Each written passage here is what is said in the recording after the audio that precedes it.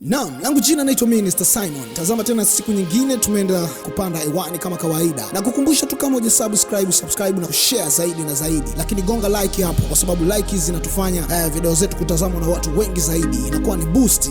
Na mimi inanitia moyo wa kuendelea kutafuta vitu vizuri zaidi ili tuweze kufika mbali. Naam, tulipoishia ndipo tunaanzia. Siku ziliendelea kusonga mbele, lakini ingawa walikuwa wameomba msamaha, majaribu hayakuacha kuwapiga. James alianza kuona ndoto ambazo zilimpeleka mbali zaidi. Mara alijiona amefungwa mnyororo mikubwa, mara alijiona yuko jangwani akipiga kelele bila msaada. Yakobo naye alianza kupata ugonjwa wa ajabu. Alipokuwa kazini, ghafla alizimia na madaktari walishindwa kueleza tatizo. Wote waliguna na kusema, huyu mtoto ana mzigo wa kiroho. Oscar naye aliyekuwa na matumaini makubwa alijikuta kitangatanga barabarani akipiga kelele bila kujitambua. Watu wakaanza kusema amepagawa. Marafiki waliomgeuka walizidi kumcheka, wakasema huu ndio mwisho wa mtu mwenye kiburi. Wote watatu walijua sasa walihitaji msaada wa kiroho wa kweli. Usiku mmoja walikutana tena pale pale wanapokutana mara kwa mara, wakiwa wamechoka, wakiwa dhaifu.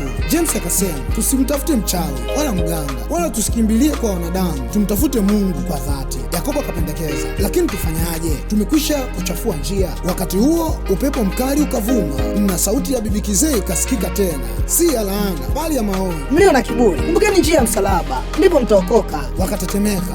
Walijua sasa Mungu alikuwa anawapa nafasi ya mwisho. Waliamua kufanya kitu ambacho hawajawahi kufanya maishani mwao, kufunga na kuomba. Walikaa siku 3 wakiomba kwa machozi, wakikiri makosa yao. Mwisho wa siku ya 3 waliamka kutoka maombi. Walihisi nuru ikiwazunguka. Ndoto mbaya ziliisha, kelele za nyumbani zikanyamaza na machozi yao yakabadilika kuwa tumaini.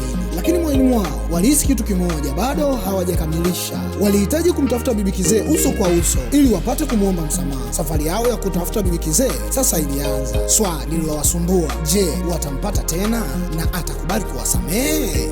Langu jina naitwa Mr. Simon. Sehemu ya 3 tunafikia behewa la mwisho kabisa. Tukutane tena katika sehemu ya 4. Na kukumbusha tu kama subscribe, share, like, comment. Weka like, ni ya muhimu zaidi kwa sababu inaendelea kufanya watu wengi kututazama na naendelea kupata moyo wa kutengeneza vitu vizuri sana zaidi na zaidi. Na sema ciao.